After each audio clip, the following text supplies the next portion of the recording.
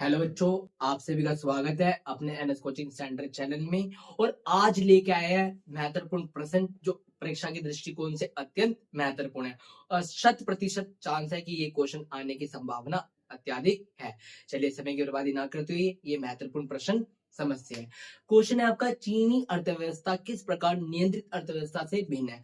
नियंत्रित अर्थव्यवस्था वह अर्थव्यवस्था होती है जहां पर उद्योग धंधों पर सरकार का नियंत्रण होता है। कहा जाए तो ये क्या है बेटा, साम्यवादी अर्थव्यवस्था है। क्या है? साम्यवादी अर्थव्यवस्था है। चीन ने साम्यवादी अर्थव्यवस्था को अपनाया तो, किंतु उसको क्या कर नहीं पाया, फॉलो नहीं कर पाया। और कहीं ना कहीं क्या है, पूंजीवादी अर्थव्यवस्था को धीरे धीरे अपनाता गया। कि कौन कौन से कारण थे जिस आधार पे हम कह सकते हैं कि जो हमारा चीन है वो क्या नियंत्रित अर्थव्यवस्था वाला देश नहीं है। एक एक पॉइंट के ऊपर क्या करते हैं, बात करते हैं। चलिए, एकांतवास का खात्मा। क्या है जी? एकांतवास का खात्मा। 1972 में चीन ने क्या है, अमेरिका के साथ संबंध बनाए। क्या बनाए बेटा?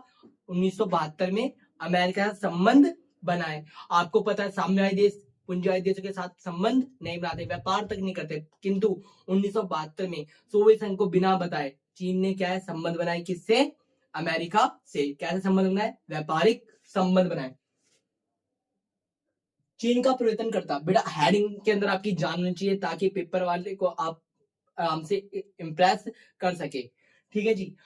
1973 में 1973 में चाउ एन लाई के नेतृत्व में आधुनिकरण के 4 प्रस्ताव रखे गए। किसके प्रस्ताव रखे गए? आधुनिकरण के 4 प्रस्ताव। और जिस प्रकार से इसने बता दिया कि भैया हम नियंत्रित अर्थव्यवस्था नहीं है। पहला, एकांतवास का खात्मा। दूसरा, आधुनिकरण के 4 प्रस्ताव रखे थे किसने? चाउ एन लाई ने। आप बोल सकते हो चौमिन लाई, याद करने के लिए। चलिए अगले पॉइंट पे चलते हैं।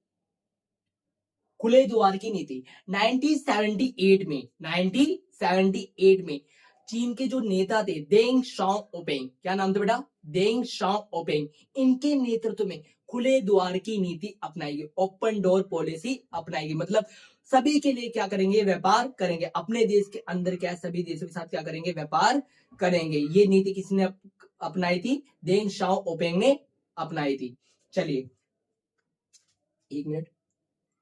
खेती का निजीकरण। 1982 में खेती का क्या कर दिया जाता है बेटा? निजीकरण कर दिया जाता है। आपको पता है कि साम्यवादी अर्थव्यवस्था में खेती पर किसका नियंत्रण होता है? सरकार का। किंतु चाइना ने क्या कर दिया? इसका निजीकरण कर दिया। और 1998 में सेज की स्थापना की, स्पेशल इकोनॉमिक जोन। कुछ क्षेत्रों को उद्योगों के लिए विशेष घोषित कर दिया गया, जिसको क्या कहा गया? स्पेशल इकोनॉमिक जोन कहा गया।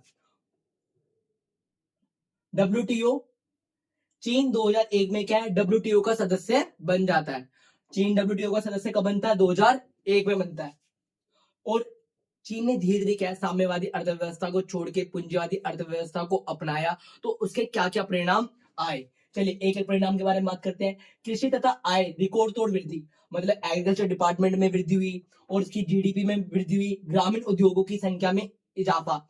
वहां पर ग्रामीण शहरों में भी क्या है, शहरों में के अंदर भी उद्योग बढ़े और ग्रामीण क्षेत्र में भी क्या है, उद्योगों की संख्या काफी बढ़ गई। और व्यापारिक नजरिए से आकर्षक देश बन गया। और बिजनेस के मामले में और ट्रेड के मामले में क्या है, ये अट्रैक्टिव कंट्री बन गई। विदेशी मुद्रा का विशाल भंडार आ गया। चलिए आशा करता हूं कि ये प्रश्न आपको अच्छे से समझ में आया होगा। और कोई भी आपका डाउट है कमेंट कर दीजिएगा और वीडियो को लाइक और शेयर और सब्सक्राइब करना ना भूलिए। जय हिंद।